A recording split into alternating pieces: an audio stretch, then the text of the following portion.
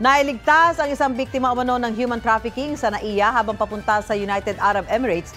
Dala ang isang Pekeng Travel Authority. Iniimbestigahan na ng Department of Justice kung isa na naman itong modus na katulad ng pastilla scheme. May unang balita si Cedric Castillo. Nasa NAIA Terminal 1 na ng masagip ang babaeng ito. Muntik na siyang mailipad abroad para pagtrabahuhin bilang entertainer. Nagpanggap po siya na turista papuntang Singapore. Nagpakita po siya ng travel authority galing umano sa Department of Justice. Ang totoo po na pupuntahan ng biktimang ito is really sa United Arab Emirates upang magtrabaho doon as entertainer. May utang na agad siya bago pa siya pumunta doon because the costs doon daw na ginastos doon sa kanyang mga fake na documents na nakuha ay ibabawas daw doon sa sweldo niya. Nabisto yan dahil mismo sa Travel Authority na bitbit ng itinuturing na trafficking victim.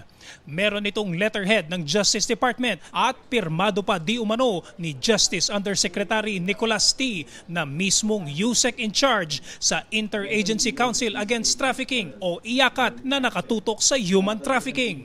Perhaps in the hopes na hindi na masyadong uuriratin o titingnan po ang kanilang mga dokumento. Doon po sa Travel Authority, there were some discrepancies na nakita.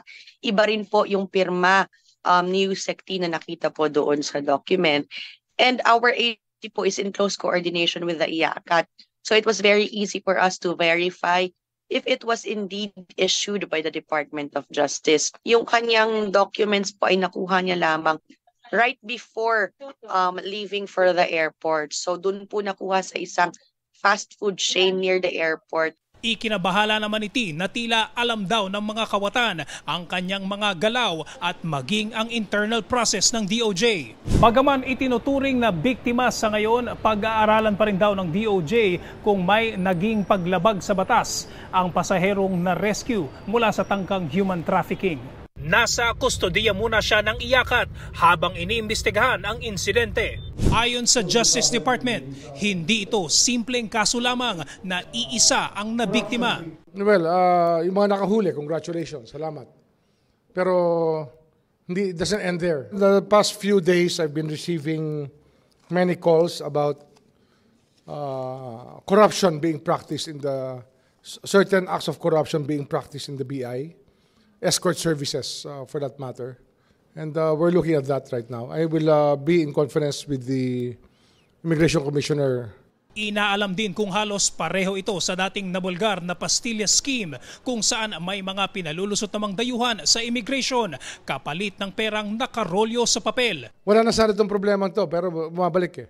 The attraction of illicit money is very strong sa mga taong ito.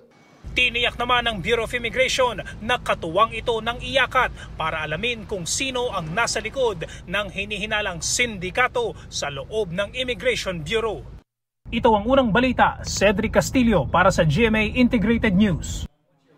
Mauna ka sa mga balita, bisitahin at mag-subscribe sa GMA Integrated News sa YouTube. Sa mga kapuso abroad, samahan nyo kami sa GMA Pinoy TV at sa www.gmanews.tv.